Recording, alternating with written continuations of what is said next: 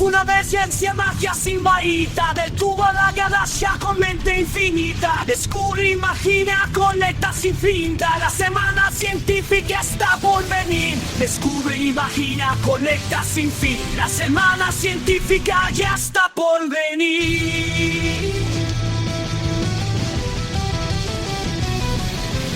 Microcerebros, trabajo de verdad. En batas y micros comienza la unidad. Descubrimientos que el mundo cambió y mujeres brillantes que todo rompió. Dios no dejó ideas que modos que hacen, trajes brillantes que todo rompió. Vacunas, ensayos que irraden, salud humana, conciencia, ciencia nos salva, nos hace inmortal. Y los divulgadores, voz del saber, hacen que todos podamos entender. Descubre lo que está por venir, conecta al saber, siente la emoción, vive la ciencia, siente su pasión.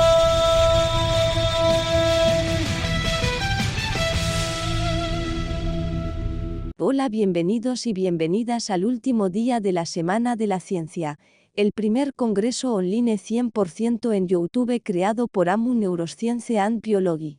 Toma asiento y disfruta del séptimo y último día de congreso Érase una vez la ciencia. Séptimo episodio. Érase una vez los divulgadores. Recibamos con un fuerte aplauso a AMU. Buenos días, bienvenidos, bienvenidas, buenas tardes, buenas noches, según donde estéis. Hoy es el último día del congreso. Hoy cerramos el congreso de nada más y nada menos que Érase una vez la ciencia. Se acaba esta semana de la ciencia, pero vamos a hacer un gran último día del congreso que estará dedicado a Érase una vez los divulgadores, ¿vale? Primero que nada, creo que es importante explicaros qué es un divulgador y qué no es un divulgador. Un divulgador es aquella persona que transforma ese conocimiento científico, el que hacen los investigadores que vimos en el primer día en el laboratorio, y lo traduce, ¿vale? Lo lleva como a un cuento, a un relato, a una imagen, a una emoción, a un juego, de alguna manera, de forma que la ciencia que está en ese laboratorio y que a veces parece tan complicada, resulta que en el fondo es mucho más sencilla de explicar a veces y la convierten al final en algo accesible, en algo cultural. Tienen ese puente entre la ciencia y la sociedad que a veces se ha quedado un poco complejo. La divulgación no es un extra en sí, es que es esencial para que la gente entienda que la ciencia y el proceso científico existe y está ahí. Y por supuesto porque el conocimiento, si no se comparte, si no se hace que llegue a todo el mundo, entonces no se democratizaría y eso sería algo muy triste. Así que hoy, como ultimísimo día, tenemos un montón de ponentes con un montón de cosas que os pueden contar de la divulgación y no me extiendo más, vamos a ver de qué vamos a hablar hoy. ¿Queréis conocer a los ponentes de hoy? Pues vamos a empezar por Paleoiberia, que nos viene a hablar un poquito del amante, como el amante de historia que es, y la paleontología, la importancia de conocer nuestra historia de España y de Portugal. Después vendrá Gamma Raptor, que es divulgador y paleoilustrador, y que nos va a hablar un poquito de la importancia de la paleontología en el mundillo y sobre todo de divulgarla.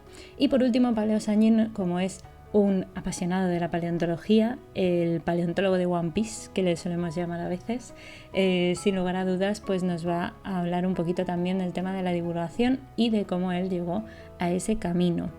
Después vendrá My World Lab, que ya la hemos tenido varios días, igual que a Paleo Sanji en este congreso, pero hoy en concreto nos viene a hablar de ella como divulgadora científica y su viaje de cómo ha llegado a ser la divulgadora científica que soy. Así que tendremos esa charla. Después tendremos a Bioplantólogo, divulgador y difusor de biología, y sobre todo nos va a hablar hoy de biología vegetal, ¿vale? Y de la historia evolutiva de las plantas, muy muy interesante. Después vendrá Elisa Farias, que ya ha estado con nosotros en el Día de las Mujeres, también en el Día de la Salud Humana, y hoy nos viene a hablar de cómo tenemos hasta casi 8 sentidos y la maduración del cerebro humano, dando un poquito más de divulgación del cerebro y de muchísimas otras cosas que tenemos que aprender, porque ella también es una grandísima comunicadora y divulgadora científica. Y después vendrán nuestros queridísimos Cantos de Gea y Luis, que nos vienen a hablar de cómo nuestro planeta durante el óptimo térmico del Neógeno estuvo y también los antecedentes a ese periodo. Son dos grandísimos divulgadores y merece mucho la pena su charla, así que quedaros a verla, por favor. Y por último estaré yo, la propia Amu, contándoos un poquito mi historia, por si acaso todavía no la sabéis, también contándoos no solo lo que ha sido Amu Neuroscience and Biology desde el origen, sino hasta ahora, y quizás os dé alguna pista del futuro. Como veis, hay un poquito de divulgación mezclado con qué ha sido la historia de cada divulgador, un poquito para ver todas las partes, tanto la parte del divulgador comunicativo como también divulgación per se en este día, y por eso es el día de los divulgadores. Así que empezamos. Muy buenas a todos, pues comenzamos nada más y nada menos que con el trío de colaboradores del mundo de la paleontología, que yo tengo el privilegio, el honor y la maravilla de tenerlos como colaboradores, que son Paleo Iberia, Gamma Raptor y Paleo Sanji. Y los tres vienen en pack para contaros cada uno un poquito, una cosita, así que os voy a dejar con ellos, os lo van a explicar todo ellos, así que simple y llanamente les voy a dar paso, pero quiero un fuertísimo aplauso, y este tiene que ser muy muy muy fuerte y muy muy muy largo, porque ya digo que vienen en pack los tres, así que fuertísimo aplauso para Paleo Iberia, Gamma Raptor y Paleo Sanji. Bienvenidos divulgadores y vamos allá.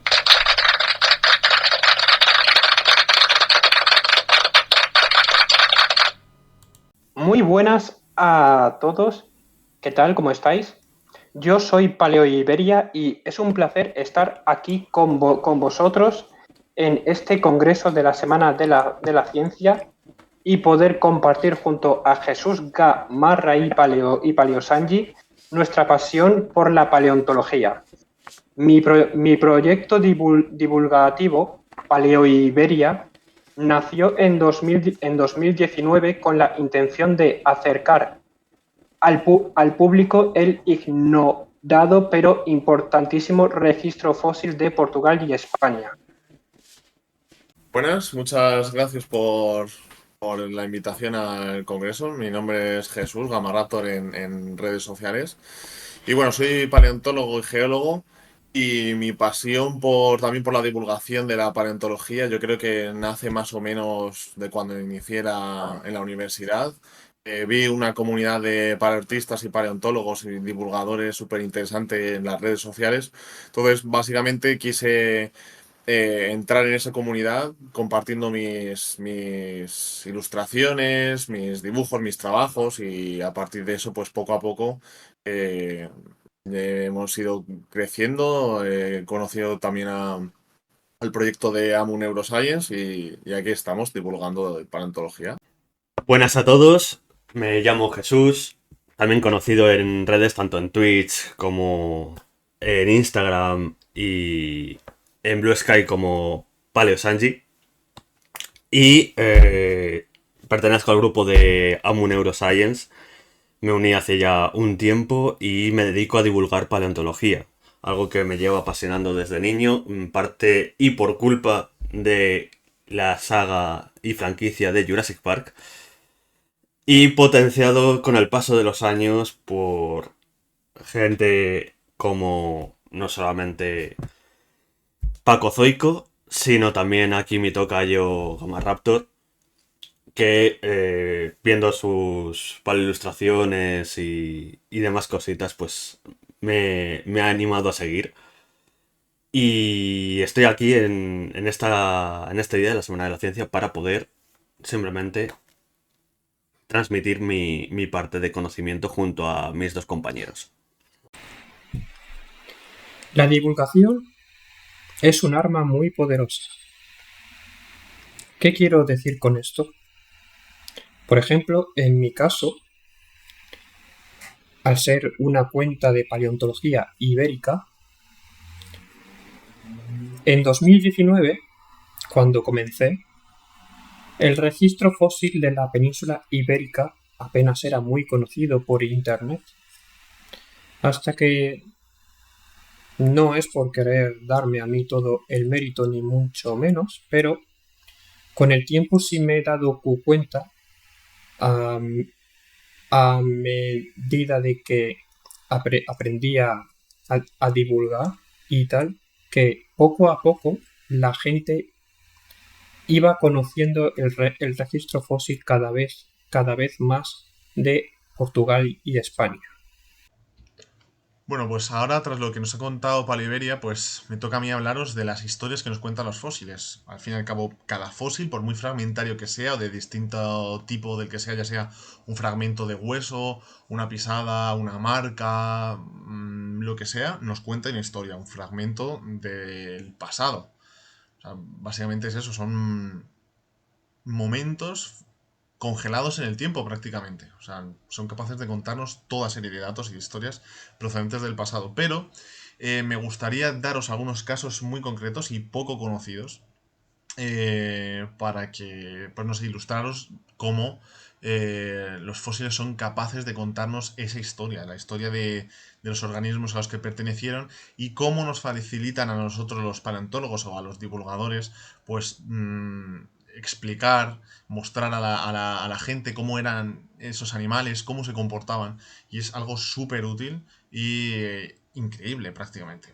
O sea, es que imaginaros, por ejemplo, empezamos mismamente hablando de los escarabajos que aparecen en La Brea, en el rancho La Brea, sobre el asfalto, que es el yacimiento de La Brea es en Los Ángeles, está en Los Ángeles, de hace unos 40.000 años, ¿vale? Es en el Pleistoceno superior. Pues esos escarabajos aparecen en tan buen estado de preservación que se pueden ver hasta los colores que tenían.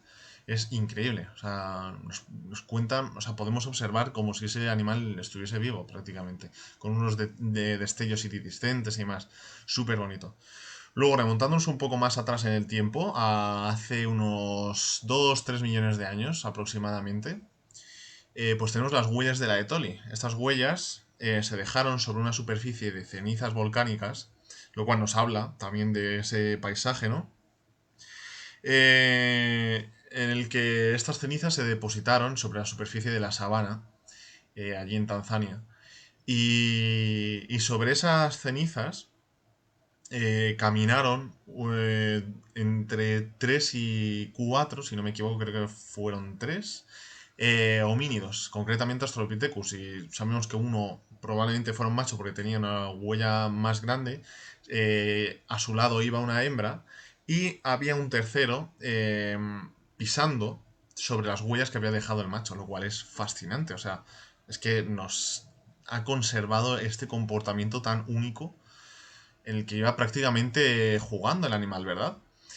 Eh, para hablar más de otros ejemplos, retrocedemos hasta el Cretácico en un fósil que se llama Fish Within a Fish, o sea, un pez dentro de otro pez, en el que un Sifactinus, que era un pez súper depredador, o sea, un pez brutal, de hasta 3-4 metros de largo, que contiene en su interior otro pez, o sea, lo engulló, pero murió porque era tan grande el pez al que había engullido que se ahogaría y cayó al fondo y se fosilizó allí. O sea, es que es fascinante. Luego también tenemos en el Cretácico, hace unos 130 millones de años, una familia de Psittacosaurus. Los Psittacosaurus son unos dinosaurios más o menos pequeñitos, del tamaño de una oveja, herbívoros, y vemos en el que hay un macho que sabemos que es macho por las protuberancias que tienen aquí en los huesos. Son como hay una serie, un dimorfismo sexual, ¿no? Que son las diferencias entre los machos y las hembras. Pues sabemos que era un macho cuidando a un grupo de crías y que murieron por un corrimiento de tierras. O sea, brutal. Y luego el último caso del que os quiero hablar, de una historia, no sé, yo lo encuentro súper fascinante, más que historia como nos habla del testimonio de la vida, de cómo eran estos animales. Pues bien, los trilobites del género Ampix de hace unos 480 millones de años en el Ordovícico, en las pizarras de Fezowata en Marruecos, pues estos trilobites eran prácticamente ciegos. Y entonces para poder moverse y desplazarse y demás, iban en grupo, en fila india, perdón, con una especie de cuerno tenían aquí en la cabeza y ese cuerno era sensorial y entonces iba orientándose en función de lo que se movía el de delante, el ejemplar de delante, pues el de detrás lo iba tocando con el cuerno y podía ir guiándose a partir de eso. O sea, es fascinante. Y bueno, espero que os haya gustado estos ejemplos de historias que nos cuentan los fósiles. Yo creo que son fascinantes estos fósiles. Y vuelvo a repetir que son herramientas súper útiles para los divulgadores, para explicar al público general cómo eran estos animales, ¿no? Vivimos en un mundo hiperconectado, donde la información nos llega a cada segundo, pero ¿qué papel juega la divulgación en todo esto? ¿Sigue siendo importante cuando cualquiera puede publicar un dato o una opinión? Hoy vamos a explorar por qué la divulgación es más necesaria que nunca. Hoy tenemos acceso a más información que en toda la historia de la humanidad. El problema es que no siempre sabemos distinguir lo verdadero de lo falso o lo relevante de lo superficial. Y es aquí donde entra en juego la divulgación, que se basa en traducir lo complejo a algo comprensible, pero sin perder el rigor en el proceso de esa situación. Entonces, el divulgador es un puente entre el científico y la sociedad, entre la cultura académica y el día a día. No se trata solo de transmitir datos, sino de generar curiosidad, de inspirar y de dar herramientas para pensar críticamente. En pocas palabras, hacer que el conocimiento se vuelva parte de la conversación cotidiana.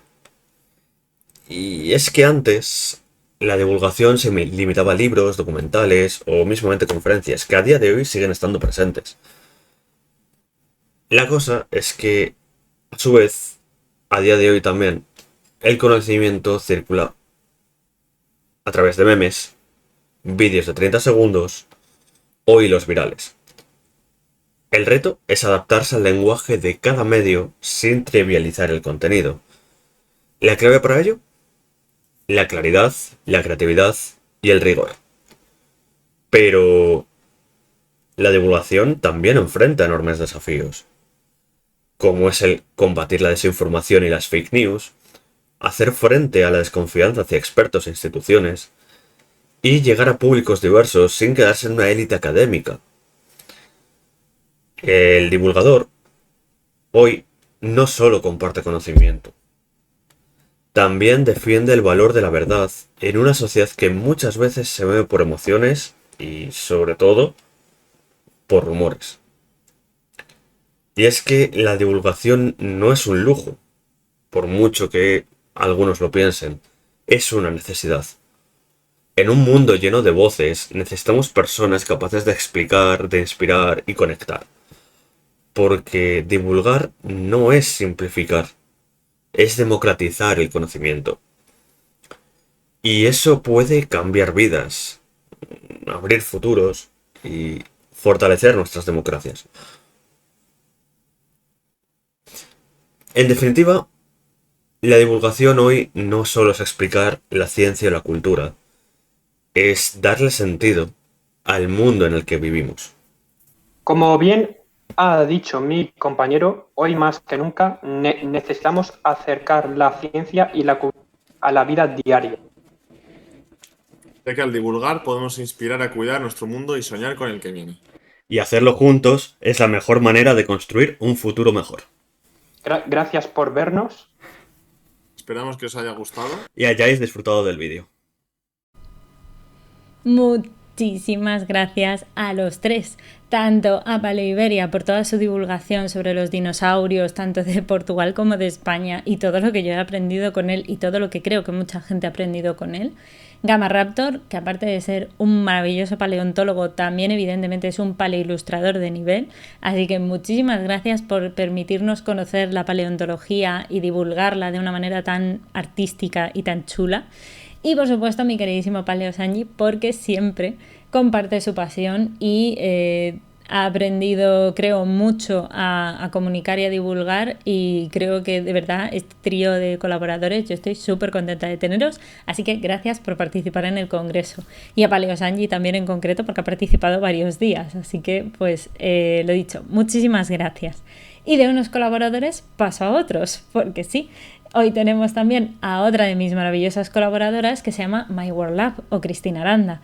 Ya sabéis que ha estado por aquí varios días, pero hoy en concreto os viene a contar su historia como divulgadora científica y su viaje en ese proceso, y creo que tiene mucho mérito porque creo que es no la única, pero es de las pocas personas que conozco que es técnico de laboratorio y sin embargo tiene una visión y una misión literalmente, que es hacer que los técnicos de laboratorio tengan la visibilidad que se merecen. Así que pues os voy a dejar ahora con ella y os pido un fuertísimo aplauso para su charla y cómo os va a hablar de cómo llegó a ser una divulgadora. Hola a todos, buenos días, buenas tardes, allí donde me escuchéis. Estoy súper ilusionada de estar aquí en el primer congreso de Amuneuro, en concreto en el Día de los Divulgadores. Agradezco muchísimo a Ana que me haya dado la oportunidad de estar aquí con vosotros un ratito y contaros mi película o mi libro. Así que, Ana, te agradezco mucho que siempre cuentes conmigo y nada, vamos a entrar en faena. Pues, ¿quién soy yo? ¿Quién es esta cara? Pues soy Cristina Aranda Sánchez, Mygola en redes, ahí veis los 3 iconitos que me representan.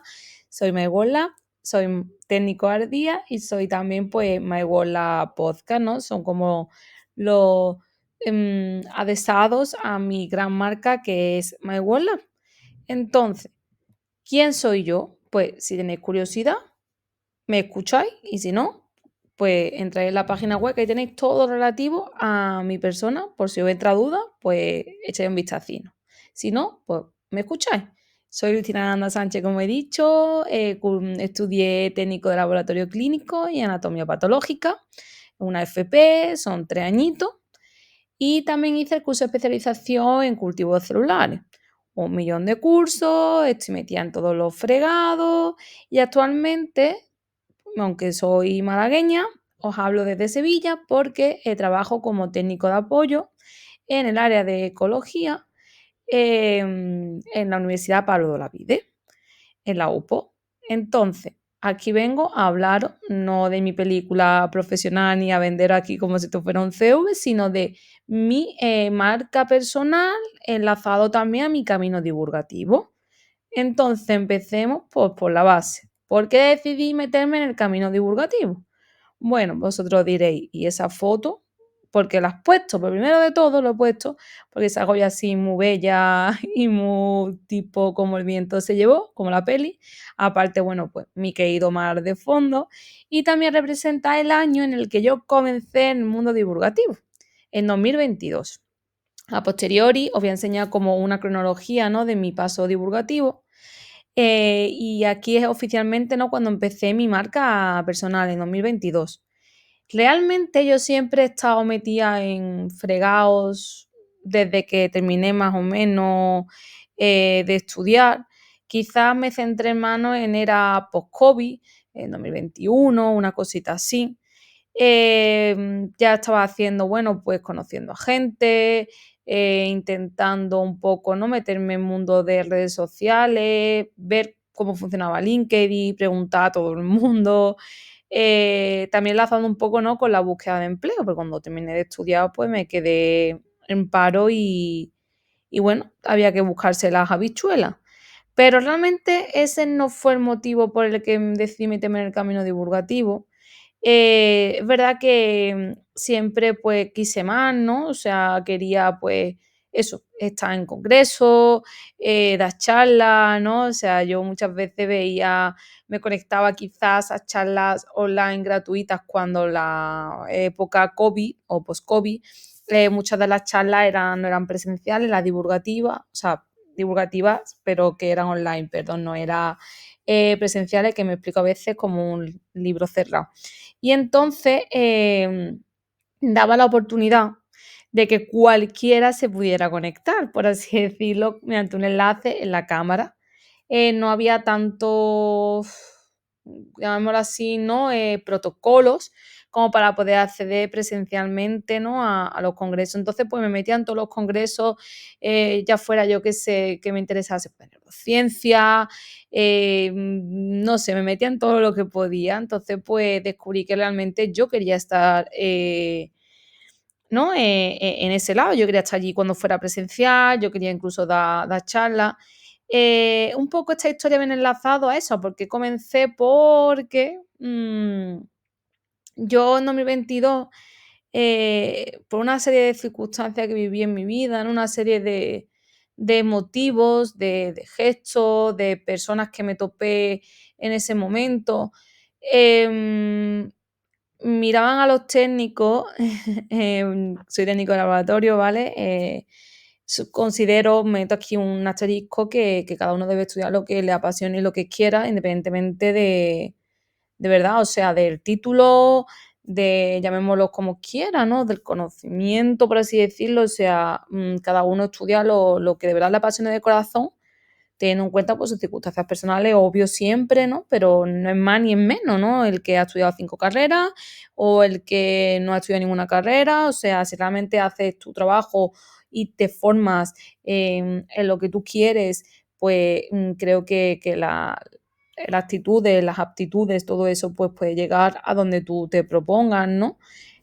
Por supuesto con un fundamento teórico, pero que somos dueños, ¿no? De quiénes somos, por así decirlo, a nivel formativo. Entonces, seguimos con este paréntesis. Viví una serie de momentos en mi vida en este año 2022 que ya me llevaba run run, ¿no? En la cabeza, y vi como esa luz, ¿no? Ese camino para meterme y crear mi marca personal, porque yo quería estar en el lado, hacer todo lo que yo quería sin que me pusieran freno.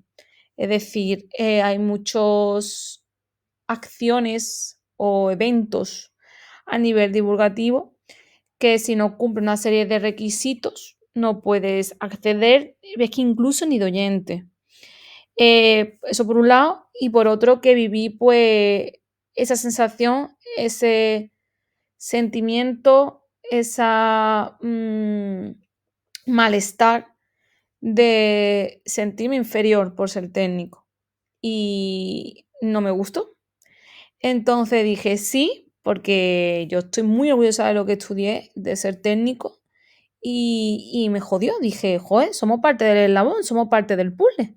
Entonces dije sí, pues entonces toma. Y entonces por eso decidí meterme en el mundo divulgativo, para dar voz y voto a los técnicos que somos válidos y podemos estar y hacer a nivel divulgativo lo que quiera. O sea, podemos aparecer en los papers, podemos ir a congresos, podemos dar charlas. O sea, si tú quieres hacer algo, nadie te puede impedir. Pero vamos, esto para el mundo divulgativo, ni a nivel profesional, a nivel lo que te dé la gana.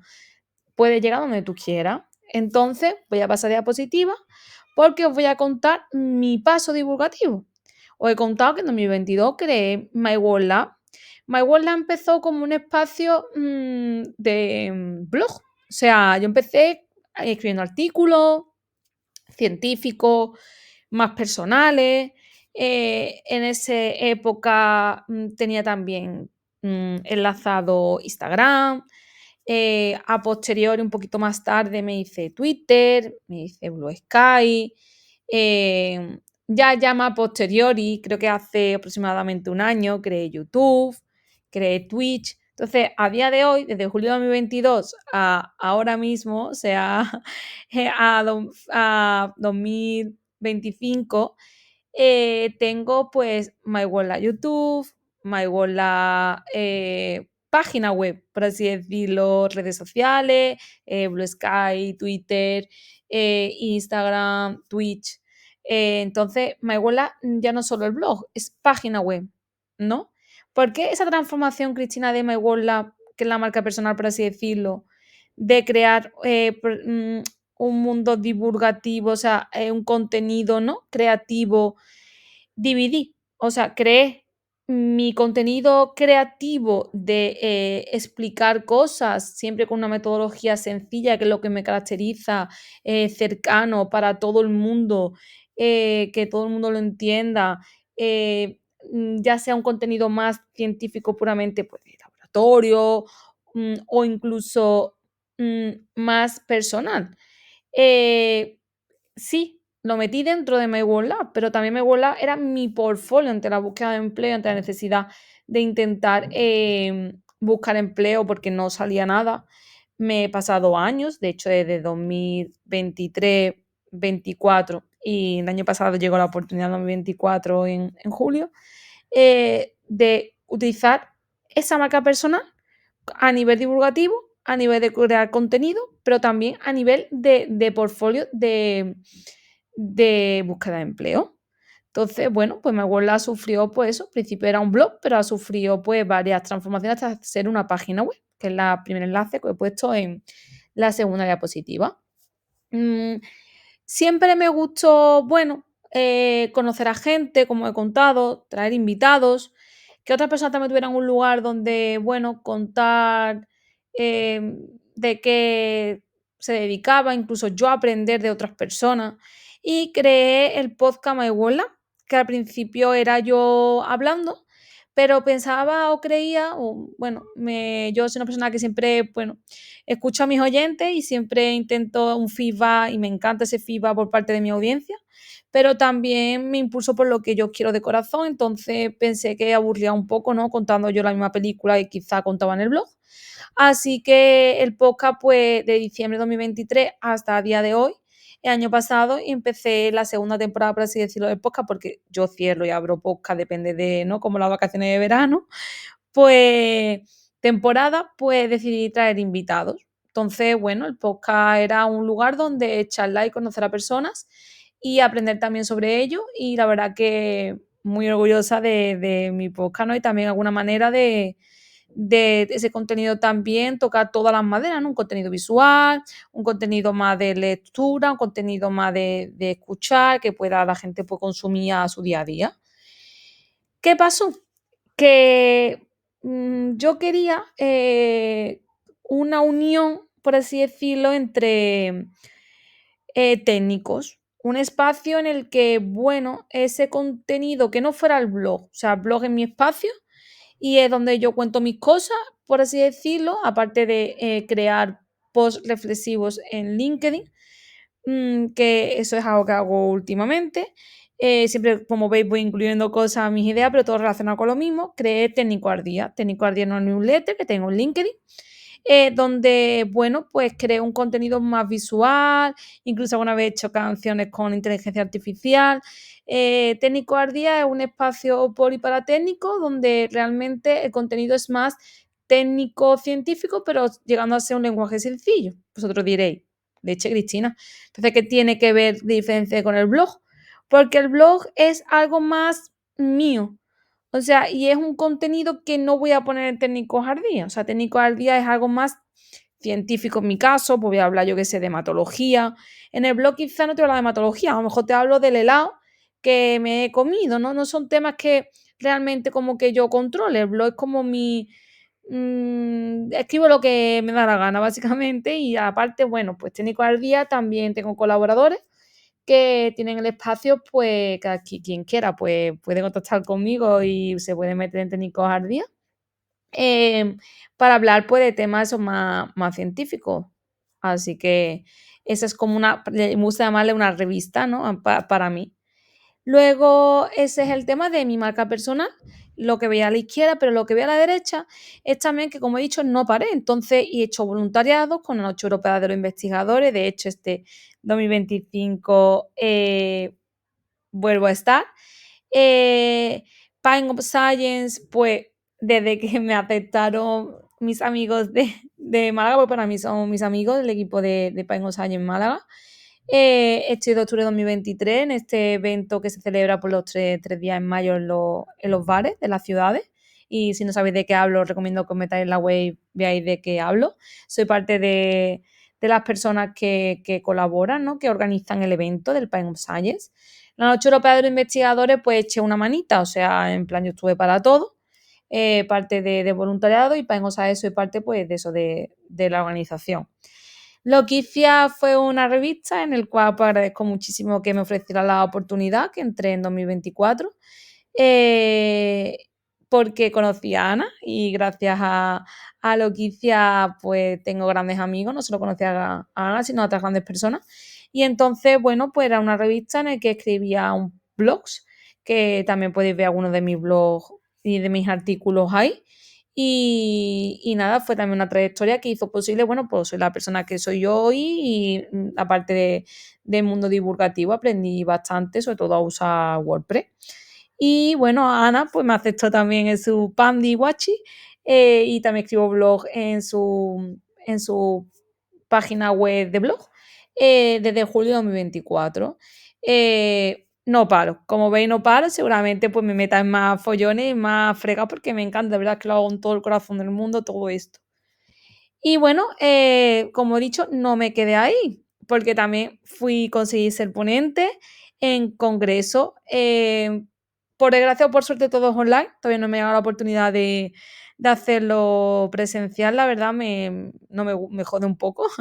Pero bueno, como veis, pues en octubre de 2023 se cienté, fue la primera vez que me estrené y que me dieron la oportunidad de dominación de los cultivos celulares online. En octubre de 2024 en FNN, Buenas Prácticas Clínicas, Excelencia en el Laboratorio. Todo esto lo podéis ver en YouTube o incluso en mi página web que tengo todo registrado. En julio de 2024, con Senciente, Laboratorios Clínicos, Elemento Clave en Urgencias, pues también fue otro. Y en octubre de 2024, con Senciente, Aliado Invisible, Impacto en la Microbiota. Y bueno, ¿por qué pongo ahí que mamá salgo en un libro? Pues novedad de 2025 es que, bueno, voy a estar en octubre, pues también en el congreso dando pues, una charlita, también a Medenela online, gracias a Secientec. En el cuarto congreso, ya podéis bichar porque cualquier red os vaya a enterar de que va la vaina. He dicho que estaré también en la noche de los investigadores. Y bueno, mamá sacó un libro, ¿por qué? Que no lo explico. Pues porque ayudé a un gran amigo por LinkedIn que escribió su libro y tengo pues hago en un capítulo de su libro, que el enlace del libro pues también lo podéis ver en mi página web. Y escribí un libro sobre la hormona tiroidea y cómo en el laboratorio le he hecho una manilla y cómo se procesa en el laboratorio. Así que, bueno, pues también salgo en un libro. ¿Cuáles son mis sueños con cara a 2026? Pues me encantaría pues, hacer un congreso presencial, ¿no? Que tengo constancia que existe congresos presenciales de técnicos, pero la verdad es que valen un riñón. Somos jóvenes, la vida no es fácil, estamos con la soga al cuello, siempre viviendo día a día con los sueldos y tal. Y la verdad que me encantaría hacer un congreso presencial que la inscripción fuera mínima o que fuera gratuito. Estoy en ello, puesto que por lo menos empiezo con mi congreso en septiembre. Y bueno, la verdad que esos son mis sueños. Y también, bueno, me encantaría pues hacer un libro. La verdad que todo se andará si no se me ocurre alguna cosa y seguro que salgo en algún congreso más online. Y nada, muchísimas gracias por haberme atendido. La verdad que si tenéis alguna duda o cualquier cosa me podéis contactar sin problema con cualquier vía. Espero que os haya servido de ayuda a mi trayectoria. Espero de servir inspiración para personas que estén en situación de duda o no duda. Siempre soy partidaria de que si quieres, puedes. Y que si no lo intentas, tienes el no, o sea que a por todas. Y nada, quería terminar agradeciendo muchísimo a Ana que me haya dado la oportunidad de estar aquí y que da igual el título, de verdad, que si quieres, puedes. Un abrazo. Muchísimas gracias, Chris, por contarnos cómo ha sido tu travesía en el mundo de la divulgación. Y vuelvo a decir, de una divulgadora y de una colaboradora me voy a otro divulgador y colaborador, que es bioplantólogo. Bioplantólogo es divulgador y difusor de biología y también de biología vegetal, y en concreto yo he tenido la suerte de colaborar con él en varias ocasiones y hemos hecho también algunas publicaciones incluso juntos enfocadas en todo lo que es la historia de la biología vegetal, que a mí también me encanta, me parece súper bonita. Y hoy en concreto él os va a contar de manera bastante divulgativa, diría yo, y bastante guay, la historia evolutiva de las plantas, que me parece súper interesante, creo que mucha gente no la conoce, así que quedaros para escuchar su charla y por favor, un fuertísimo aplauso para él, de esos fuertes que te dejan las manos en el sitio.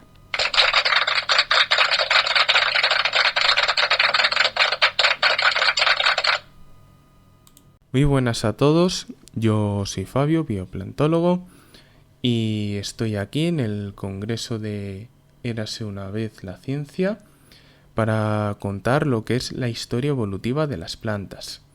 La evolución vegetal comenzó hace miles de millones de años en el agua. La primera célula vegetal fue un protista eucariota fotosintético que incorporó una cianobacteria en su interior, dando origen al primer cloroplasto. Así surgió el clado de las Arqueplástida, las algas ancestrales con pigmentos cianobacterianos, que son la clorofila A y el caroteno universales.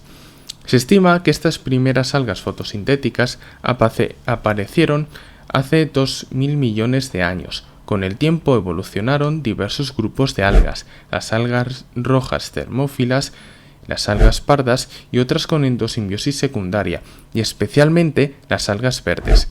Entre estas últimas, las clorofitas marinas y las carofitas de agua dulce desarrollaron clorofilas A y B, extendiéndose por mares y ríos. Las carofitas de agua dulce fueron clave. Su presencia permitió la transición a las plantas terrestres, pues el ancestro común de las plantas terrestres desciende de algas verdes carofitas. Las algas evolucionaron en muchos linajes, y aunque algunas siguen dominando ambientes acuáticos, otras sentaron las bases de la vida vegetal en tierra. Así vemos cómo la línea evolutiva vegetal va desde estas algas unicelulares primigenias a las algas pluricelulares, hasta las plantas con tejidos más complejos. En este proceso surgieron los cloroplastos, en un solo evento ancestral, por lo que todas las algas y plantas comparten este origen común. Hace unos 470-480 millones de años, en el Ordovícico medio, las plantas dieron el salto a tierra firme. Los fósiles más antiguos son esporas microscópicas halladas en rocas ordovícicas, con paredes muy resistentes, que indican la presencia de plantas terrestres primordiales. Estas esporas tenían forma de Y, propia de plantas con alternancia de generaciones. La filogenia indica que las primeras plantas terrestres fueron embriófitas, descendientes de algas verdes de agua dulce. Las embriófitas son el clado de plantas que incluyen todas las plantas terrestres. Presentan adaptaciones clave para el medio seco, multicelularidad, tejidos de sostén y una cutícula que evita la desecación. El ciclo de vida de las embriófitas alterna generaciones haploides y diploides, apareciendo un embrión protegido en el gametófito materno. Los primeros grupos de embriófitas fueron las briófitas, hepáticas, musgos y antoceros. Estas plantas pequeñas no tienen tejido vascular desarrollado y crecen en ambientes húmedos. Su esporófito es sencillo y siempre ligado al gametofito. Tradicionalmente, las briófitas se consideraban parafiléticas, pero hoy se reconocen como un linaje monofilético ancestral. En la actualidad, las briófitas siguen diversificadas, pero en el Paleozoico fueron las pioneras de la flora terrestre. Entre los fósiles aparecen plantas intermedias, previas al tejido vascular completo. Estas plantas prevasculares tenían tallos ramificados con múltiples esporangios, pero carecían de un cilindro vascular verdadero. Algunos ejemplos conocidos son Aglaophyton u Orneophyton, del Devónico temprano, que muestran características de transición entre briófitas y traqueófitas. A partir del Silúrico tardío, surgieron las plantas vasculares, dotadas de tejidos conductores de agua y nutrientes. El primer registro fósil de traqueófitas corresponde a géneros como Cooksonia, con ejes muy simples ramificados dicotómicamente y esporangios terminales y con estelas vasculares tipo protostela. Esto establece en 420 millones de años la edad mínima de las plantas vasculares terrestres. Durante el Devónico inferior se diversificaron los primeros linajes vasculares. Se conocen helechos primitivos, licopodios basalmente ramificados y pequeños equisetos devónicos. En el devónico medio, las traqueófitas explotan al máximo su ventaja evolutiva. Al desarrollar un sistema vascular completo, alcanzaron mayores tamaños y rigidez, y aparecieron los primeros bosques devónicos primitivos.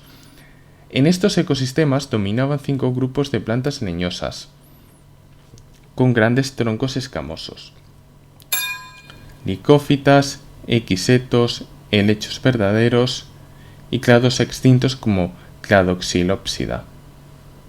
Estos bosques primitivos inundaban planicies pantanosas y ribereñas, formando un paisaje verde de hasta decenas de metros de altura. Las raíces y hojas evolucionaron también en este periodo, consolidando la flora terrestre. En esta época los helechos ya contaban con diversidad morfológica comparable a la actual, aunque compartían el desarrollo de esporas para reproducirse. El siguiente gran salto adaptativo fue la semilla, inventada por los antepasados de las gimnospermas allá por el Devónico superior, hace 370 a 360 millones de años. Los primeros espermatófitos derivaron de plantas leñosas llamadas progimnospermas. La semilla integra el embrión en desarrollo dentro de un tejido nutritivo, protegido por una cubierta dura. Esto libera a las plantas de depender del agua para fecundación. El polen permitió la polinización aérea, sustituyendo a los anterozoides flagelados.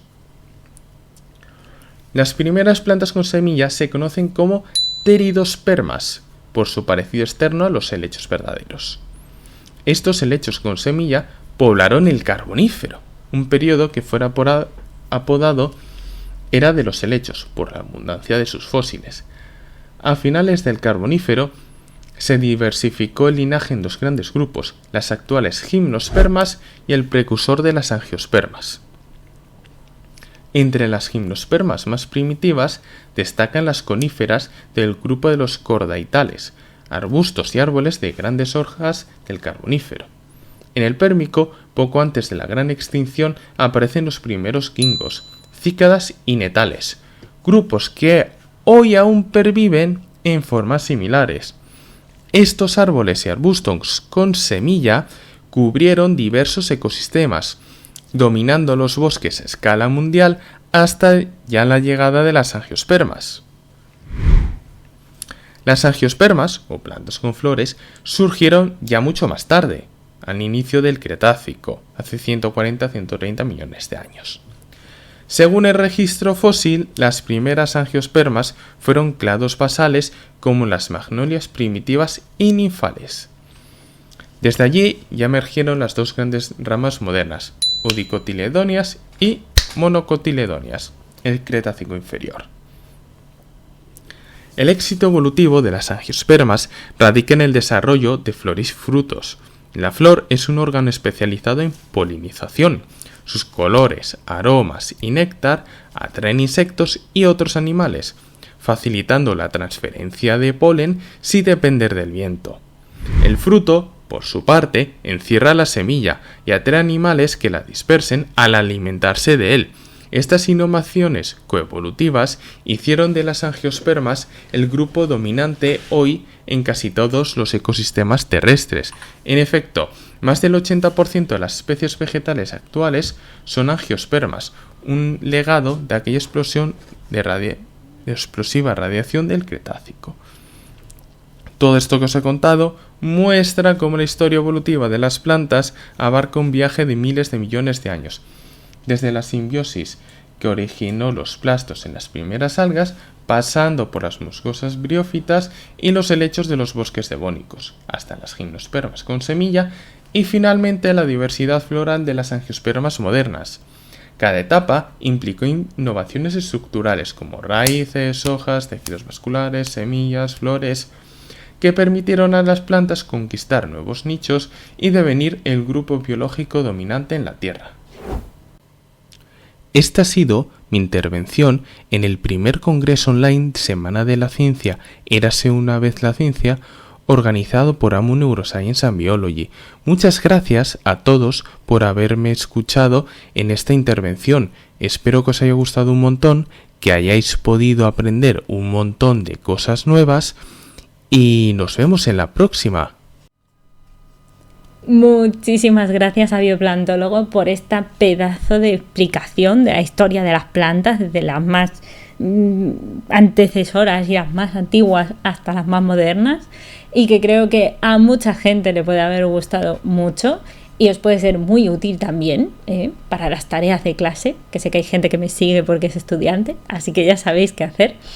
Y después de todo esto, deciros que ya hacemos un corte en los colaboradores que están dentro del proyecto, entre comillas, porque ahora viene una persona que ya ha estado aquí en más de uno de los días de este congreso. Hemos tenido la suerte de tenerla en Mujeres Científicas, hemos tenido la suerte de tenerla en el tema de salud humana, y ahora nos viene a hablar nada más y nada menos nuestra queridísima Elisa Farias, ¿sí?, que tenemos, por lo visto, por si no lo sabíais, 8 sentidos y la maduración de nuestro cerebro es especial.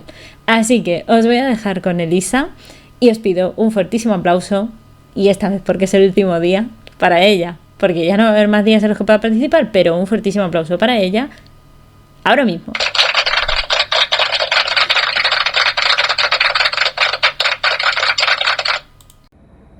Hola, ¿qué tal? Les saluda su amiga Elisa Farias desde México nuevamente, en esta tercera participación que también tuve el grato honor de tener en esta Semana de la Ciencia, porque nunca me imaginé que yo fuera científica, jamás, nunca en la vida me lo imaginé, y por eso me encanta hablar en el Era Hace una Vez los divulgadores, porque nunca me imaginé que yo tenía un talento nato para divulgar la ciencia, o para leer, o para aprender. Toda mi vida sufrí, ¿no?, en la escuela, como de falta de atención, no poder aprenderme una poesía el 10 de mayo, no poder ser aplicada, o no poder atender a como los demás lo hacían. Y de pronto, cuando mi vida cambió a raíz de mi diagnóstico tardío de TDAH, con rasgos de autismo, con altas capacidades, con trauma complejo, mi vida dio un salto cuántico, tanto que dije, no me puedo quedar callada porque casi nadie habla de esto. Y yo me quería ir a vivir a España por mis ganas, y porque en el 2017 casi nadie hablaba de estos temas en el adulto. Y yo me metí a páginas de España y yo decía, ay, qué padre, en España hablan muchísimo de estos temas y en México estamos tirados a la suerte. Y poco a poco me he dado cuenta que después de la pandemia, ahora hay muchísimas personas que hablan de esto. Sin embargo, hay que cuidar también con qué evidencia científica lo están haciendo, porque hoy en día, como sabemos, abunda la charlatanería. Y en el 2017, cuando fue mi cambio, mi salto cuántico en mi vida, yo les quiero platicar por qué hoy estoy aquí platicándoles de esto. Por qué mi mente se apasionó y se hiperenfocó en el tema del neurodesarrollo y de la neurodiversidad. Porque encontré las respuestas a preguntas que tenía por 42 años. Pero no solo eso, porque una vez que tuve el diagnóstico de TDAH, me hicieron un tratamiento con estimulación magnética transcraneal. Y a la hora que empecé a vivir mejor, como si por primera vez me estuvieran conectando, ¿no?, la parte de los cables desconectados, por primera vez estaba viviendo en el aquí y en el ahora, viendo como más a profundidad, como más a percepción, como cuando ves un video de un niño bebé que le están poniendo lentes porque necesita lentes y se pone así feliz, así, o como cuando a una persona que tiene, ahorita se me fue la palabra, cuando ven los colores, como les cambian los colores y que de pronto les ponen lentes como para que vean, ¿no?, del color que todos vemos. Se me olvidó la palabra, no me acuerdo cómo se llama, pero así, y que hasta lloran de la emoción. Ay, yo solo les quiero decir que el día que lloré de la emoción, de que mi mente estaba como nunca, le pedí a Dios y le dije, por favor, que esto no sea algo, que no sea como algo pasajero, o algo que tenga que ver con un medicamento que me esté tomando, o que sea de un día. Ojalá que así me quede para siempre. Y es ahí cuando yo dije, no puedo dejar de hablar de esto, porque nadie se imagina lo que se sufre sin tener un diagnóstico y un tratamiento oportuno. Entonces, cuando a mí me cambia la vida, yo decido hablar de este tema, porque es como cuando alguien trae, no sé, las personas que desgraciadamente pierden algún miembro inferior o superior y luego ves que traen alguna prótesis o alguna prótesis y dices, wow, qué padre, y como nosotros no traemos nada, muchas personas por fuera no se nos nota, pero por dentro sabemos el salto cuántico que ha sido nuestra vida. Y estoy segura que tanto yo como con muchas personas que he compartido mi experiencia, en la mayoría neurodivergentes, con diagnósticos tardíos y con tratamientos de neuromodulación, ya sea de terapia de corriente directa o de estimulación magnética transcranial, a pesar de no tener suficiente evidencia científica para tratar alguna de esta neurodiversidad, porque solo está aprobado, la terapia de estimulación magnética transcranial solo está aprobada para depresión, para trastorno obsesivo compulsivo, y creo que hasta ahí, según recuerdo, por la FDA, que es la Food and Drug Administration de Estados Unidos. Entonces, yo dije, no importa, aunque no tenga todavía la evidencia suficiente, yo me quería hacer lo que quisiera, porque yo sabía que vivía muy mal, que mi vida había sido como con mucho sufrimiento y que siempre compensaba, ¿no?, a un alto coste emocional y mental. En el momento en que yo, por primera vez, empiezo a ver y a sentir y estar en el aquí, en el ahora, y como en tercera dimensión, y como si me hubieran conectado hasta, como cuando antes, les digo, como si toda mi vida hubiera vivido en una televisión de bulbos blanco y negro, así como toda borrosa, toda la vida como pasando, y de pronto me conectan los cables y de pronto se vuelve una pantalla 8K, así cambió mi vida. Pero no se me nota por fuera. Nadie puede comprender estos cambios tan abismales, más que las personas que hemos vivido esos cambios cuando tienes déficit de atención o tienes trauma o estrés postraumático y vas sanando. ¿Por qué? Porque está comprobadísimo y más que nunca que el cerebro cambia toda su estructura en un entorno de violencia, en un entorno con abuso sexual, psicológico, emocional, cambia toda su función con extrema pobreza, con poca alimentación, con poco sueño, con poco cariño y conexión visual o contacto físico. Todo eso es necesario y es parte del ser humano. Es una necesidad, yo diría, neurobiológica. El hecho de que todo mundo supiera las claves para tener un sano desarrollo. Un sano desarrollo desde que estamos gestándonos en el vientre de una madre. ¿Y qué les puedo decir? Que mi vida cambió abismalmente, que estoy segura que muchas de las personas que están viendo esta transmisión se identificarán el cómo cambia la vida antes y después de una detección o de un diagnóstico a la edad que sea. En nuestras redes sociales, a partir del 2018 que yo dije, no me puedo quedar callada, tengo que salir a hablar de esto. Era una necesidad no quedarme como con el conocimiento y con la experiencia encerrada en mí. Yo tenía ganas de compartir y también está comprobado que las personas que tenemos altas capacidades intelectuales tenemos un alto sentido de justicia. Entonces ese alto sentido de justicia es lo que a veces nos hace salir de nosotros mismos para llevar un poco de esperanza o un poco de bienestar a otras personas que a lo mejor han pasado por el lado oscuro que nosotros ya pasamos. Les quiero decir que ser divulgador no tienes que haber probablemente estudiado algún grado. Claro que hacerlo con mayor profesionalismo, claro que es muy válido el día de hoy.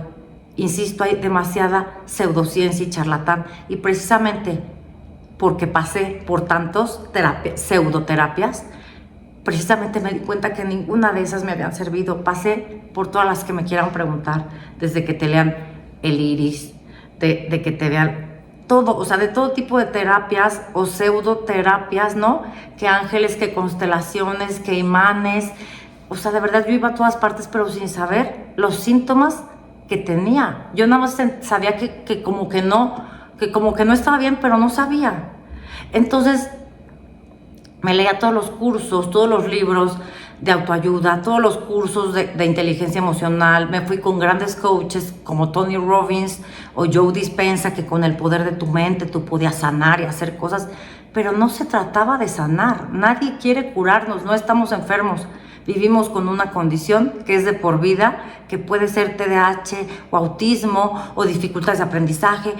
Es una condición, pero se puede llegar a mejorar la calidad de vida abismalmente con la psicofármaca. En el caso del TDAH, el tratamiento multimodal que tiene más evidencia científica es el que consiste en psicoeducación, farmacología y terapia cognitivo-conductual.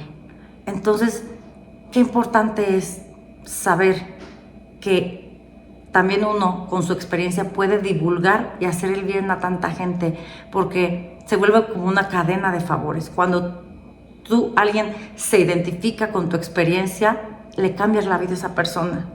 Y esa persona después va a hablar como tú lo hiciste en un momento y le va a volver a cambiar la vida a más personas. Qué mejor que no tuviéramos que llegar a edades, ¿no? A los 70 años, el actor Anthony Hopkins supo que era autista.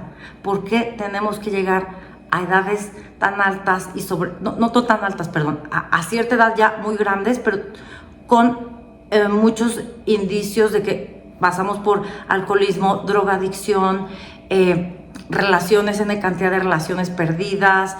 Entonces, creo que podríamos sufrir menos. Habría un mundo con menos dolor si hubiera una divulgación coloquial, una divulgación en la calle, si se hablara más en los medios de comunicación, si se hablara más, que a raíz de la pandemia lo ha sido. Pero yo creo que tú, que tienes un interés puro y un interés de conocer más y llevar ese conocimiento a los otros, yo creo que ahí está el hecho, ¿no?, de que lo haces desde una pureza de intención para poder compartirlo con los demás. Y gracias, Samu, por este espacio. Creo que es súper importante que más mujeres sigamos apoyándonos. No digo que los hombres no, pero creo que espacios de mujeres para mujeres siempre ha habido pocos y cada vez somos más. Muchas gracias y espero que sigan disfrutando de esta Semana de la Ciencia. Un abrazo, que Dios los bendiga. Muchísimas gracias, Elisa, una vez más por enseñarnos el maravilloso mundo del cerebro y el maravilloso mundo de la divulgación y de lo importante que es comunicar. Y sin lugar a dudas, por todos los días que ha participado en el Congreso también, porque nos ha enseñado un montón. Así que nada, muchas gracias a Elisa y ahora os quiero dejar con dos divulgadores, ¿vale? Se llaman Cantos de Gea, que quizás os suenen por las redes sociales, y nuestro queridísimo Luis Troucault, que resulta que ambos vienen en pack, ¿vale? Y nos vienen a hablar de nuestro planeta durante el óptimo térmico, ¿vale?, de la época del Neógeno y sus antecedentes. Una época muy interesante que no os podéis perder, porque de verdad que el vídeo es impresionante. Así que un fuertísimo aplauso, porque son dos personas, así que tenéis que dejaros las manitas para aplaudirles debidamente. Fuertísimo aplauso para estos dos grandes divulgadores.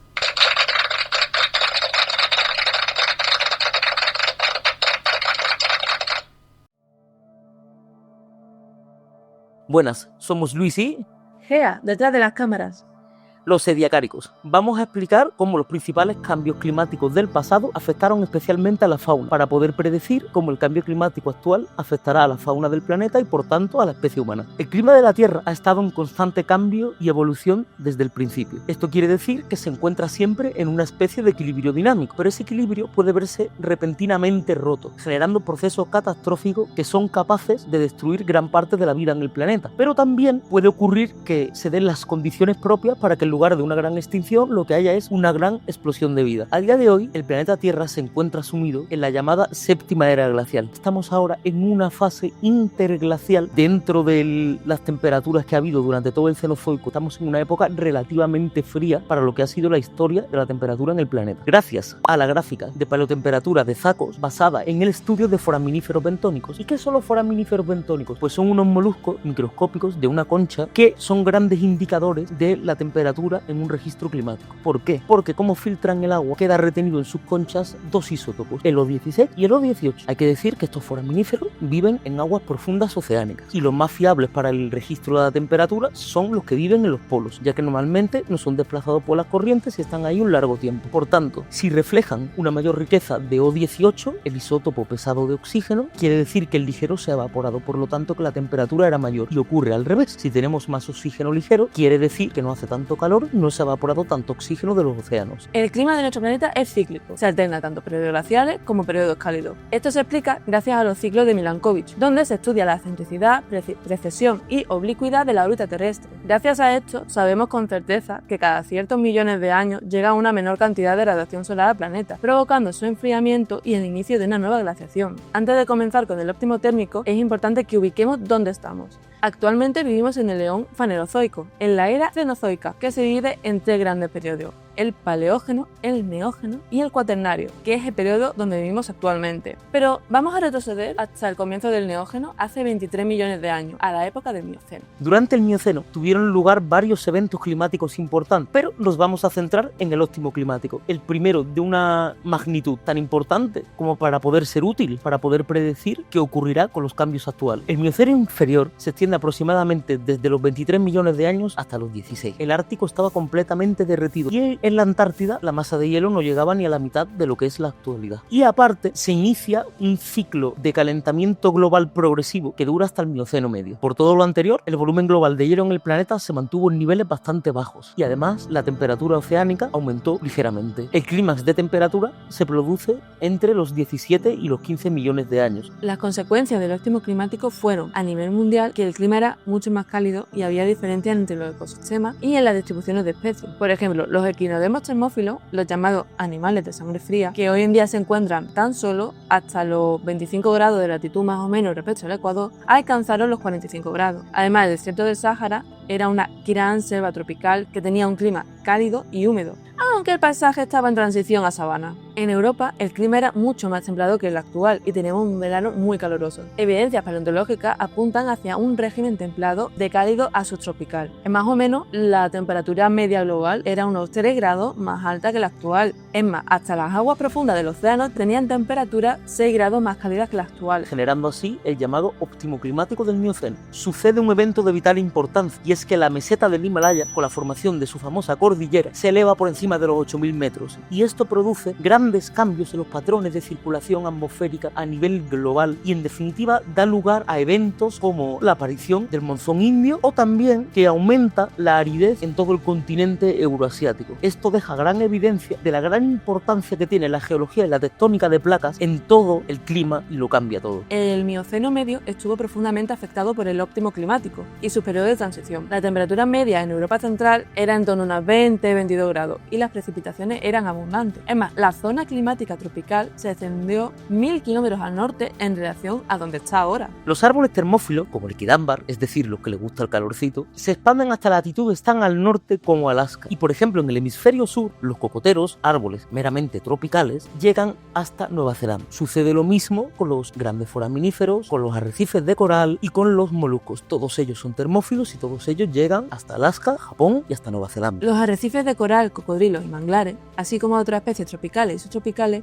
expandieron sus territorios hacia las costas norte de Paratetis, donde la temperatura del agua rondaba unos 17 a 19 grados en las estaciones frías y unos 28 grados en las cálidas. En Europa Occidental, la mayoría de los conjuntos de mamíferos del Mioceno medio persistieron desde el Mioceno temprano, como por ejemplo los hipos. Además, ciertos mamíferos, como los suídos o los cérvidos, aumentaron su número poblacional durante esta etapa. En Europa del Este destacan principalmente los proboscideos, los rinocerontes y los bóvidos. Todo esto indica que las paleocomunidades en Europa Occidental tenían un clima y un ambiente más de bosque subtropical y Europa del Este, sin embargo, lo que tenía era un ambiente más de sabana. La diversidad de los grandes mamíferos en la península ibérica muestra un aumento gradual que comenzó aproximadamente hace unos 13 millones de años y culminó a los 10 millones de años, explicado por un balance más o menos positivo entre la aparición de nuevos taxones, las migraciones y las extinciones. El máximo de diversidad del Valle Siense, en aproximadamente 10 millones de años, refleja este lento goteo de especies hacia la antigua península ibérica y las regiones adyacentes de Europa occidental desde el Mediterráneo oriental, donde los bosques subtropicales cálidos pudieron mantener una alta riqueza de especies y numerosos taxones forestales relictos endémicos. Este evento climático en el Mioceno no es un evento aislado en el tiempo, sino que es cíclico, repitiéndose cada vez que se cumplen unas ciertas condiciones necesarias. Para ello hay que retroceder hasta el Paleógeno, esa era que empezó con el impacto del meteorito Chicxulub, causante principal de la desaparición de los dinosaurios hace 66 millones de años. El Paleógeno se divide en 3 periodos, el Paleoceno, el Eoceno y el Oligoceno, que van desde los 66 hasta los 23 millones de años más o menos. Esta etapa es muy importante porque ocurren 3 cambios que cambiarán todo respecto a la fauna y flora mundial. El primer cambio importante del Paleoceno sienta las bases para una rápida evolución para que surjan muchos y nuevos endemismos continentales debido a la gran extinción de tetrápodos. 1,5 millones de años después de la caída del meteorito se registra un gran renacimiento de toda la biota. Por tanto, los mamíferos, una vez diversificados y una vez que colonizan todos los nichos ecológicos que había vacío en el planeta, da comienzo la era de los mamíferos. Eran pequeños insectívoros, tanto terrestres como arbóreos, es decir, solo comían pequeños bichos. Pero se van diversificando, van evolucionando y forman pequeños grupos de mamíferos voladores, incluso acuáticos, grandes herbívoros, grandes carnívoros, y se alcanza la mayor diversidad de mamíferos de la que se tiene registro. Más adelante ocurre un gran evento de calentamiento global, evidenciado por la aparición de isótopos de oxígeno ligero, que indican el máximo térmico que hubo entre el Paleoceno y el Eoceno. Tradicionalmente está relacionado con la liberación repentina de metano del fondo marino en los 3 continentes del hemisferio norte. Este gran evento de calentamiento global coincide con un segundo cambio importante de fauna ocurrido durante el Paleógeno. A nivel oceánico ocurre un proceso de extinción parcial de foraminíferos bentónicos, pero a su vez una gran diversificación de plancton y de toda la biota marina, alcanzando un apogeo en todos los océanos. En el medio terrestre continúa la dispersión de los mamíferos, siendo otro evento fundamental. Se están expandiendo y ocupando todos los nichos. Tras este óptimo climático del Eoceno temprano, viene un posterior enfriamiento progresivo del planeta que se evidencia porque hay mayores isótopos de oxígeno pesado en las aguas, poniendo fin a este óptimo climático y a esta explosión de vida. Consecuencia de esto a nivel terrestre es el evento de dispersión de mamíferos, que ocasionó la primera aparición de muchos órdenes modernos. Por ejemplo, los primeros primates, murciélagos, artiodáctilos, perisodáctilos y proboscídeos. Como consecuencia, el tercer cambio faunístico importante, y es que desaparecen numerosos taxones de Europa y llegan nuevos taxones desde Asia. De hecho, muchos miembros de esta fauna representan grupos inmigrantes, como los nimrávidos, rinocerontes y camélidos, que también habrían podido adaptarse a condiciones climáticas más frías. Este evento de inmigración también podría haber influido en la desaparición de la fauna del Océano medio tardío. El Oligoceno alcanzó su máxima diversidad hará unos 30 o 32 millones de años, coincidiendo con el rápido aumento de temperatura inicial de este periodo. Este rápido cambio climático fue probablemente la causa de la transición entre la fauna del Oligoceno y el Mioceno.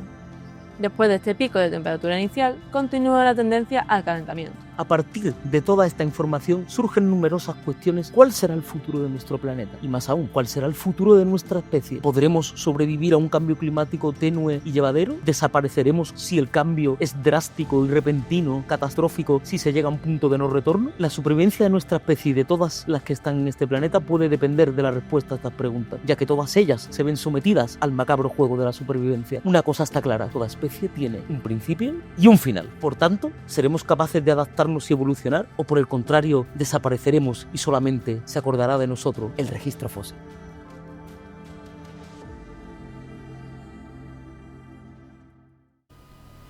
Muchísimas gracias tanto a nuestra queridísima Cantos de Gea como a Luis por esta charla, y muchísimas gracias por contarnos toda esa época del Neógeno y sus antecedentes, que me parece sumamente chula y sumamente compleja a la vez, así que muchas gracias por resumírnosla también y contárnosla.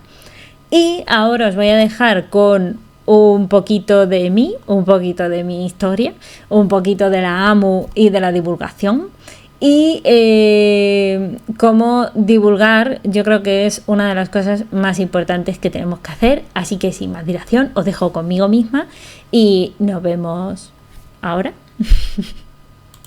Hola, muy buenas. Hoy estoy aquí como divulgadora para contaros un poquito cosas que creo que pueden ser útiles para vuestra vida y para el objetivo de hoy quiero hablar un poco de los divulgadores y lo voy a intentar hacer un poco como memoria autobiográfica porque sí, yo empecé a hacer divulgación científica, dije, bueno, voy a intentar coger todo lo que sé e intentar hacer que la gente lo entienda.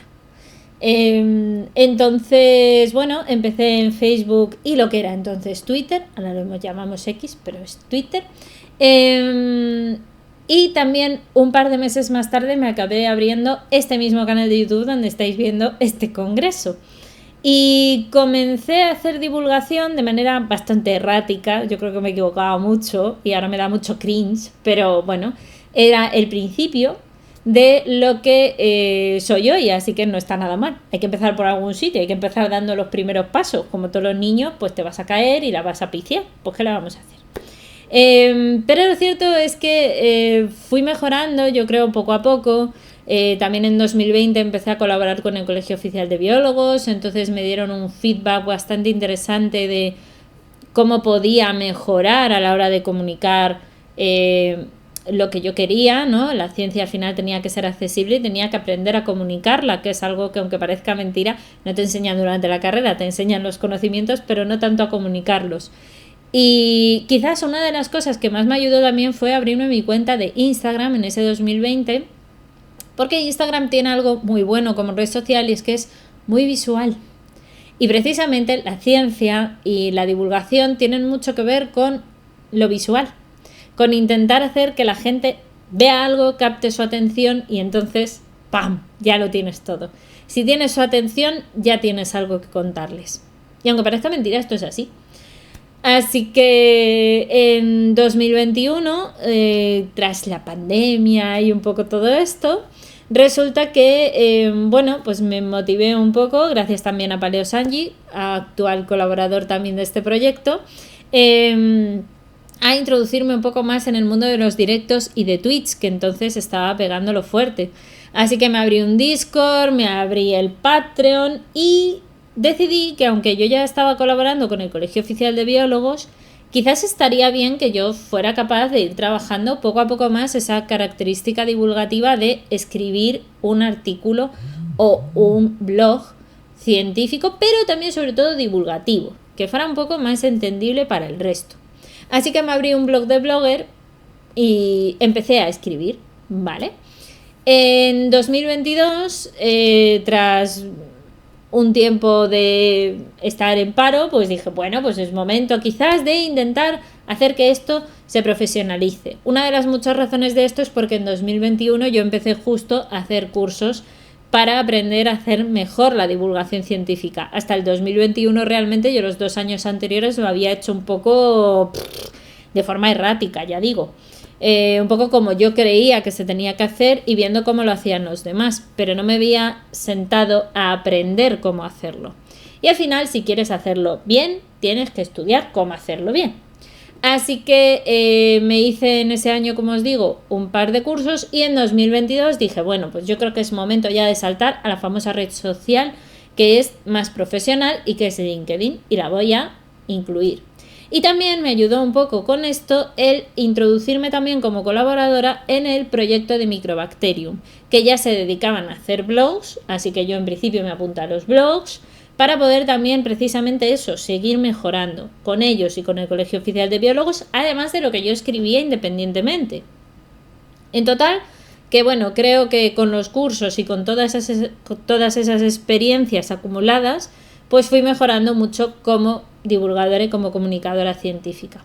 Tanto que en 2023, al año siguiente, llegó una persona que estaba detrás de un proyecto que se llamaba Loquicia, me ofreció participar, estuve un tiempo participando, luego por circunstancias y por tiempo también, al final pues yo me retiré un poco de Loquicia, pero bueno, ahí está, y tiene, que yo sepa, blogs y todo, o sea que es un proyecto de divulgación sumamente interesante también.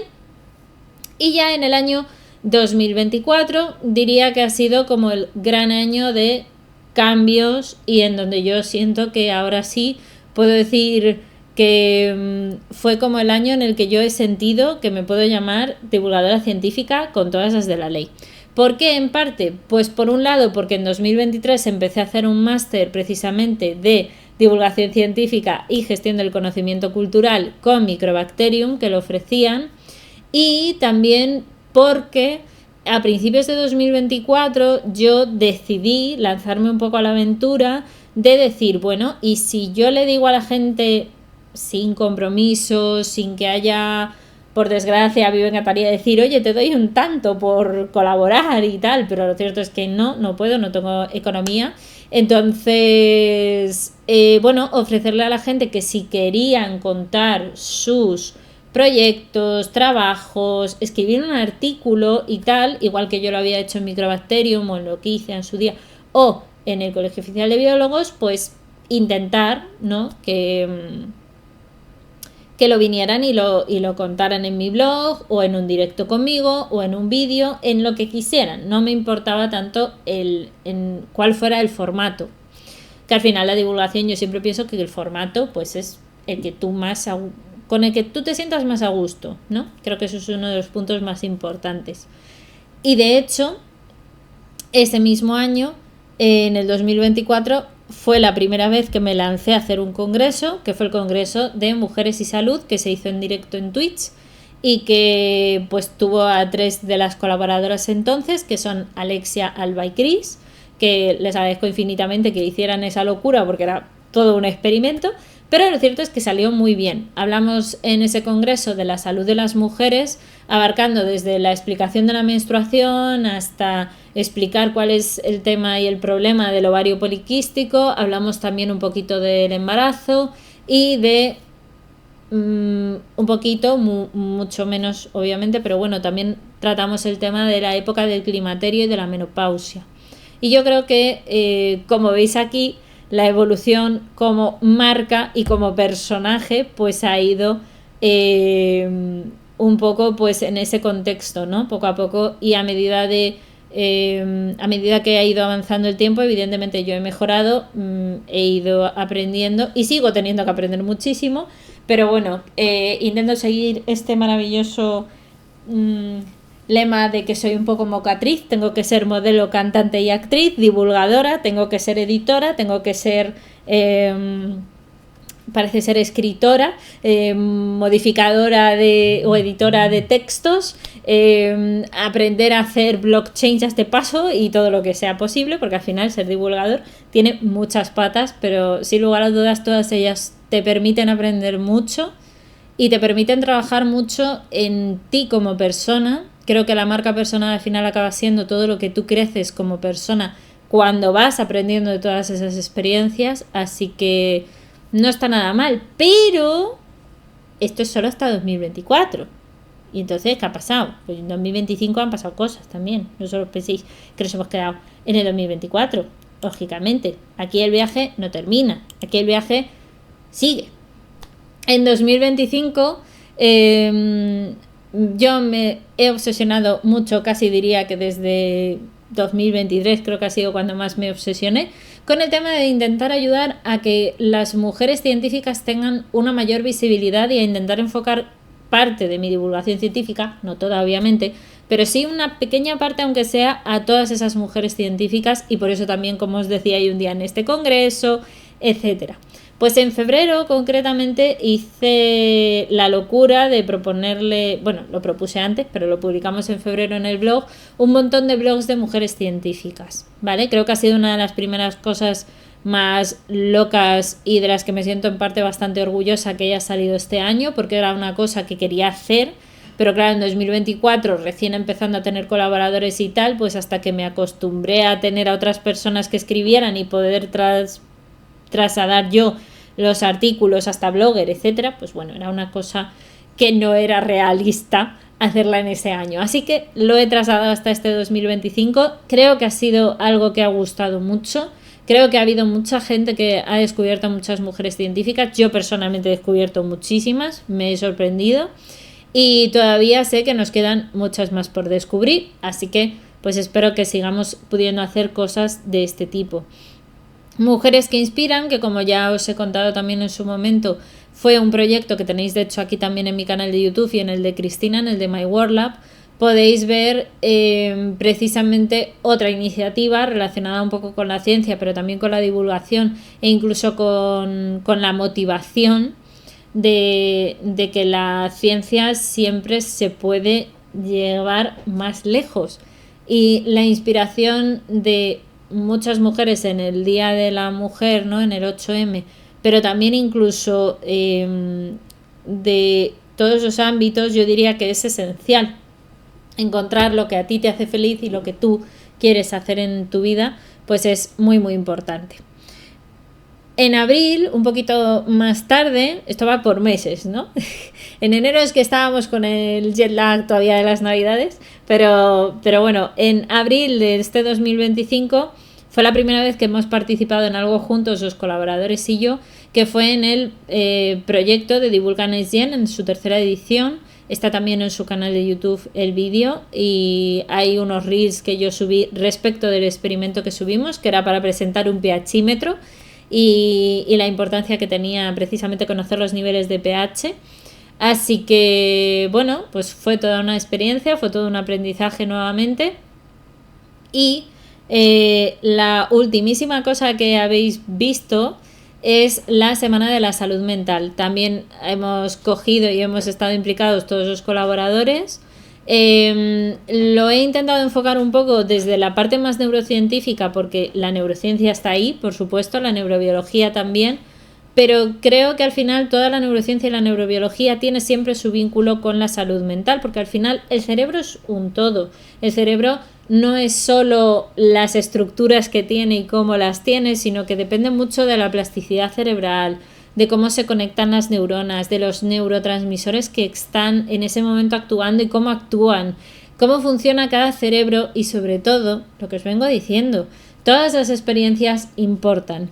Así que me parecía muy interesante hablar de emociones, de salud mental y por supuesto también del autismo o las distintas neurodivergencias que seguramente vamos a seguir tratando un poco en redes sociales y en todo lo que tenga que ver con el proyecto. Y la ultimísima locura ha sido esto que lleváis viendo toda la santa semana, que es la Semana de la Ciencia, que realmente, como veis, viene de un trabajo muy previo, que ha sido, creo, la mayor locura que se me ha ocurrido hacer nunca, y ha implicado grabarme muchísimos vídeos, hacer una edición también para 7 días, subir durante 7 días contenido que no sabía cuánto iba a durar, en fin, ha sido un poco locura. ¿Me arrepiento? No. Yo nunca me arrepiento de las cosas que hago. Normalmente no, porque siempre pienso que todo es aprender. Todo es aprender, todo es mejorar, todo es crecer y seguir haciendo lo que a uno le gusta.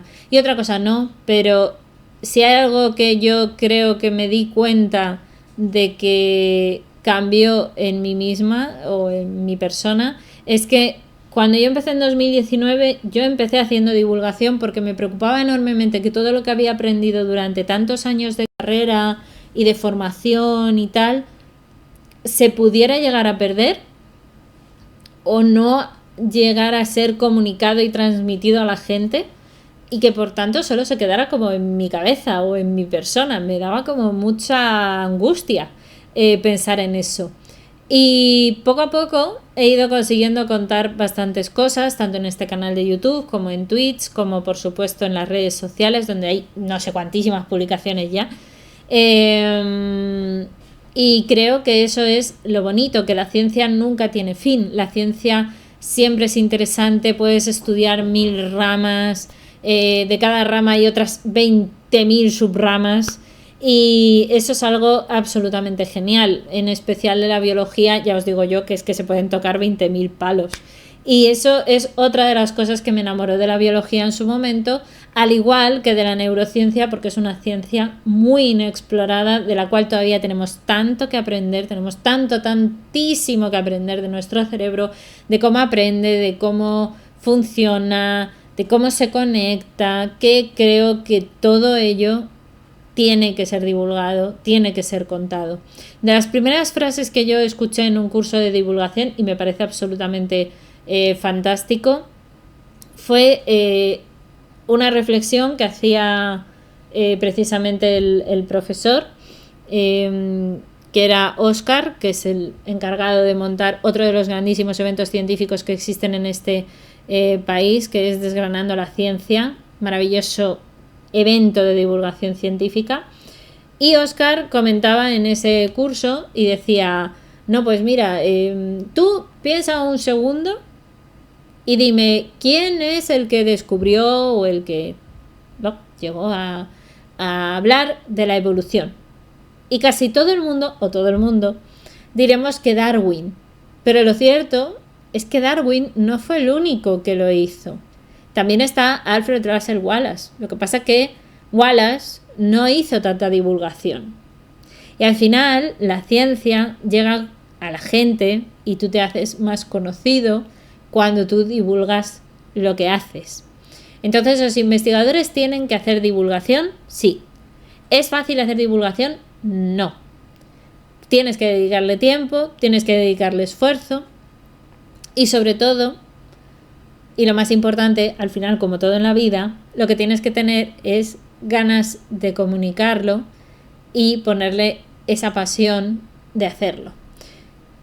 Entre todo esto, y por supuesto, no quiero dejar de lado que no sé qué locura se me ocurrirá en 2026, no lo sé, mi cerebro va a su ritmo, no os prometo nada porque no lo sé, pero lo que sí sé es que toda esta línea de tiempo que os he puesto es para contaros no solo mi historia, que creo que ya muchos la sabéis, sino sobre todo que divulgar la ciencia es importante, que tener un día de los divulgadores no ha sido casualidad, ha sido aposta para que os enseñen cosas, para que aprendáis, para que veáis que el crecimiento personal también lleva un crecimiento de comunicación y también, por supuesto, de cómo se entiende la ciencia y cómo la haces llegar a los demás, y que comunicar la ciencia es la base para que la gente entienda que los investigadores son importantes, los descubrimientos también. Las mujeres científicas necesitan el mismo reconocimiento que llevan recibiendo durante muchísimo tiempo los hombres, que nuestra salud humana, los descubrimientos, las mujeres, los científicos, todos ellos necesitan también su reconocimiento en premios Nobel y en cualquier otro tipo de premio también, o incluso solamente en que les digamos ole tú, que también está muy bien. Que cuidar el planeta es esencial para que todo lo anterior se mantenga y que los divulgadores científicos pueden ayudar a que toda esa información llegue de manera rigurosa, científica, detallada, divertida en muchos casos, y por eso es por lo que merece la pena seguir a divulgadores científicos y tener este amor por la ciencia.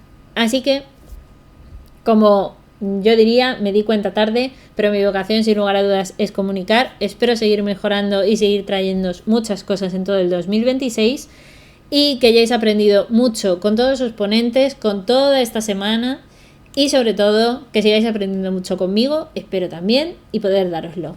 Que la ciencia y la fuerza siempre os acompañe, pero no os vayáis porque todavía no hemos terminado.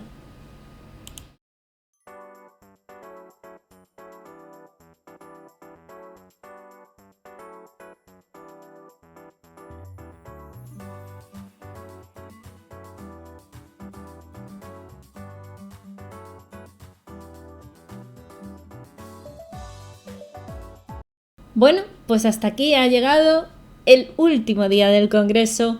Érase una vez los divulgadores. Espero que hayáis disfrutado mucho del día de hoy y que hayáis aprendido un montón de cosas con ellos. Espero que hayáis aprendido también mucho de las historias que ellos hacen para poder seguirles y poder conseguir literalmente que la divulgación llegue a más sitios. Espero que durante toda la semana de la ciencia hayáis aprendido cada día algo como mínimo, y sobre todo que al final este día precisamente yo lo quería dejar para cerrarlo como un círculo con el primer día, porque la investigación al final es el primer punto precisamente del que parten los descubrimientos, que fueron el segundo día, donde se incluyen a las mujeres científicas que cada vez necesitan menos visibilidad porque cada vez se les da más, que estaban en el tercer día. El cuarto día hablamos de los premios Nobel y de la importancia del reconocimiento que tiene tu trabajo en la ciencia. El quinto día hablamos un poquito de la salud humana para traérnoslo hacia nosotros, a cositas que nos afectan directamente. Y también, por supuesto, la salud del planeta porque nos afecta también directamente, aunque a veces no seamos tan conscientes. Y hoy lo dedicamos a divulgación porque sin todo esto, que es comunicar, divulgar, querer contarle a los demás cosas, que al final es parte de lo que promueve la divulgación científica, no hubiesen tenido quizás sentido los otros 6 días, por decirlo de alguna forma, ¿no? Así que concluimos esta semana y yo quiero dejar así como tips, como frases que la ciencia necesita ser contada, que divulgar es tender puentes, abrir puertas, conseguir que os preguntéis cosas, que os entren dudas y que eso es súper bueno porque gracias a la ciencia pues se pueden llegar a contestar esas preguntas, ¿no? Gracias a todos por habernos acompañado, a mí y a todos los ponentes en este viaje. Gracias, por supuesto, a los ponentes, porque sin ellos esto no hubiese sido posible. Gracias a todos vosotros que habéis estado ahí detrás de la pantalla cada día o todos los días que hayáis participado, aunque haya sido solo en uno, porque sin lugar a dudas esto no es posible si la gente no lo ve. Érase una vez, como decía, era la idea de empezar porque era como un cuento.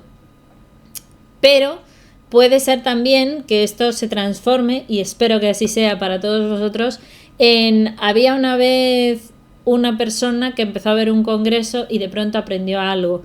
Había una vez una persona que aprendió cosas, que además se cuestionó otras, y que llegó incluso a lo que había aprendido compartirlo. Así que, bueno, yo espero que haya servido mínimamente para esto. Que espero que os haya gustado mucho, que lo disfrutéis y que no sé cuál será la próxima aventura ni cuál será la próxima locura en la que nos embarcaremos, pero que estoy segura de que si tengo tan buenos compañeros de viaje como los que he tenido en ponentes y en gente apoyando este congreso, yo creo que va a salir muy bien. Y sobre todo me alegra mucho porque eso significa que la ciencia gusta, la ciencia interesa, la divulgación ayuda a que eso también sea posible. Y como siempre os digo, que la ciencia y la fuerza os acompañe. Nos vemos a la próxima. Chao, chao.